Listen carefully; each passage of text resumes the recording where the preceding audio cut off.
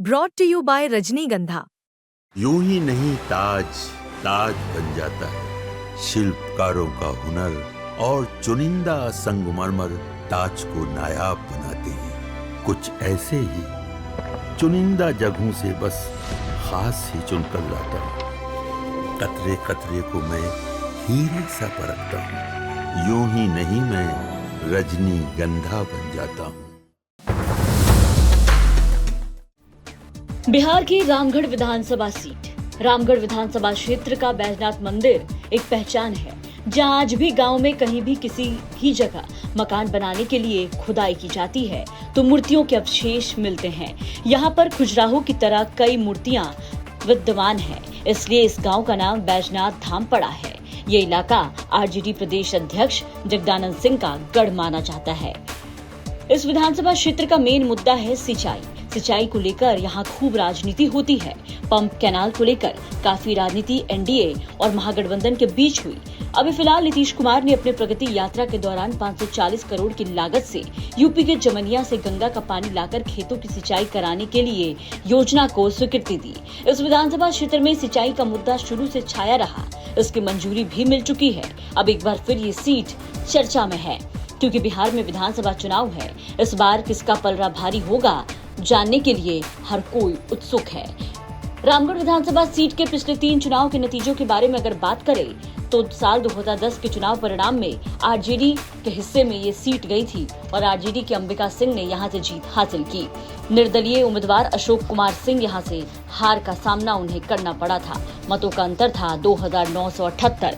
साल 2015 के चुनाव परिणाम की बात करें तो यहाँ बीजेपी के अशोक कुमार सिंह को जीत मिली और आरजेडी से चुनाव लड़ी अंबिका सिंह को हार का सामना करना पड़ा। मतों का अंतर था 8011। साल 2020 के चुनाव परिणाम की बात करें तो यहाँ आरजेडी के सुधाकर सिंह को जीत मिली थी और बीएसपी से लड़ी चुनाव अंबिका सिंह को हार का मुंह देखना पड़ा। मतों का अंतर था 189। सुधाकर सिंह क्योंकि इस बार का लोकसभा चुनाव लड़े और बक्सर से सांसद बन गए तो ये सीट खाली हुई। फिर साल 2024 के नवंबर में इस सीट पर उपचुनाव हुए और उपचुनाव में नतीजे बीजेपी के पक्ष में आए। बीजेपी के टिकट पर चुनाव लड़े अशोक कुमार सिंह को यहां से जीत हासिल हुई और बीएसपी के सतीश कुमार सिंह को हार का सामना करना पड़ा। मतों का अंतर था 1362। रामगढ़ विधानसभा 2024 उपचुनाव में बीजेपी के अशोक कुमार सिंह के चुनाव जीतने के बाद बीजेपी के सिटिंग विधायक और बीजेपी से अब दावेदार भी हैं। वहीं बीएसपी दूसरे स्थान पर आई थी। अब बीएसपी के सतीश कुमार सिंह और पिंटू सिंह भी 2025 में बीएसपी के टिकट पर चुनाव लड़ने की तैयारी में हैं। आरजेडी की बात कर ले तो आरजेडी के हारे हुए प्रत्याशी आरजेडी के कतावर नेता जगदानंद सिंह के बेटे और बक्सर से सांसद सुधाकर सिंह के छोटे भाई अजीत कुमार सिंह भी आरजेडी के टिकट पर चुनाव लड़ने की बात कह रहे हैं। हालांकि क्या होगा ये देखने वाली बात होगी। फिलहाल इस सीट को लेकर के वरिष्ठ पत्रकारों की क्या राय है वो सुनिए। क्या लग रहा है 2025 विधानसभा चुनाव होने वाला है, क्या स्थिति रहेगा? देखिए, अगर पिछले चुनाव के रिजल्ट को देखते हैं, फिलहाल में जो उपचुनाव बीता है, ये बिहार के चारों सीटों में रामगढ़ हॉट सीट मानी जाती थी। जिस प्रकार से बीजेपी हालांकि यहाँ पर जीत दर्ज करके अपनी जो उपलब्धि हासिल की है वो उपलब्धि बहुत ज्यादा नहीं है। अंतराल जो था वो बीएसपी से बहुत कम का था। उस अंतराल में क्योंकि पिछले 2 चुनाव, चाहे वो उपचुनाव हो या उसके पहले आम चुनाव हो, बीजेपी और बीएसपी ये चूंकि और एक आरजेडी, 3 पार्टियां मुख्य रूप से यहाँ पे लड़ती हैं और बीएसपी ने हमेशा टक्कर दिया है। हालांकि इस बार सबसे ज्यादा अहम रहेगा क्योंकि आम चुनाव में जो जनसुराज है, जनसुराज का चल रहा है। अगर किसी पंडित को टिकट देती है वहां से या फिर किसी जायसवाल को टिकट देती है, अगर इन दोनों कास्ट में खासकर माना जा रहा है, तो बीजेपी को इससे खासा नुकसान होने का इस बार देखा जा रहा है। 2025 का अगर हम बात करें तो 2025 में फिलहाल इंडी गठबंधन का कुछ प्रत्याशी दिख नहीं रहा है।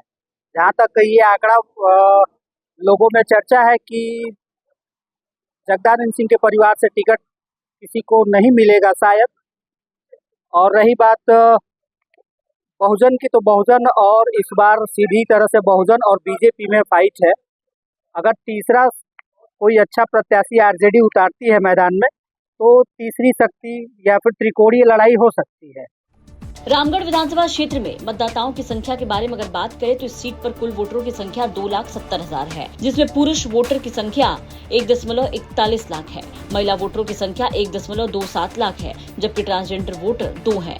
2024 उपचुनाव में अगर जाति समीकरण उपचुनाव के अंतिम समय में मतों का समीकरण यहां से एनडीए और महागठबंधन के प्रत्याशी क्षत्रिय राजपूत समाज के हैं, तो बीएसपी ने यादव और जनसुराज पार्टी ने कुशवाहा बिरादरी को अपना प्रत्याशी बनाया था। यहाँ के जातिगत समीकरण की अगर बात करें तो जातिगत समीकरण जो है वो रामगढ़ विधानसभा क्षेत्र में सबसे ज्यादा आबादी राजपूतों की है।